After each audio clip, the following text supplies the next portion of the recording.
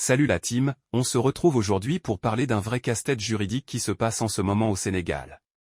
Si t'es nouveau ici, n'oublie pas de t'abonner et de cliquer sur la cloche pour ne rien rater de l'actu. Alors, le président Macky Sall a convoqué un dialogue à Diamniadio, mais au lieu de trouver une sortie de crise, on dirait qu'on s'enfonce dans un brouillard juridique. Ça risque même de provoquer un carambolage entre les lois et les institutions du pays. Ça chauffe, les gars. On parle de la date du 2 juin 2024, apparemment, il y a un décret qui va être sorti. Mais ça va être un sacré micmac avec la Constitution. On parle de toucher à l'article 31, qui est un peu comme intouchable. Si l'Assemblée nationale ose y toucher, le Conseil constitutionnel va déclarer que c'est non conforme à la Constitution, et on se retrouvera au point de départ. Bref, une élection le 2 juin, ça risque de n'avoir aucune base légale, et le président qui sortirait de ça sent l'illégalité congénitale. Ça rigole pas.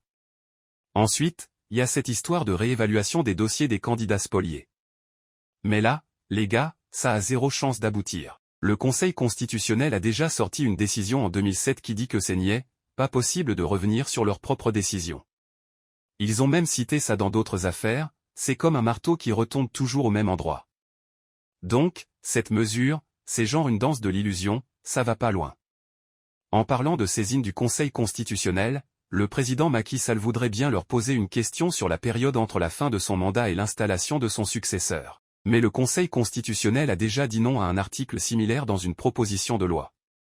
Ils ont clairement dit que la durée du mandat du président ne peut pas être changée au gré des circonstances politiques. C'est un peu comme un non, merci le bien poli.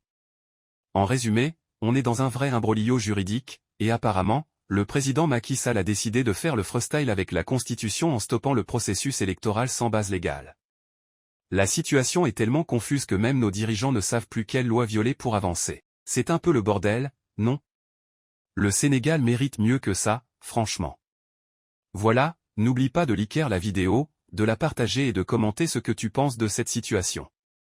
Restez connectés, la team, on se retrouve dans la prochaine vidéo. Ciao. Main de la victoire.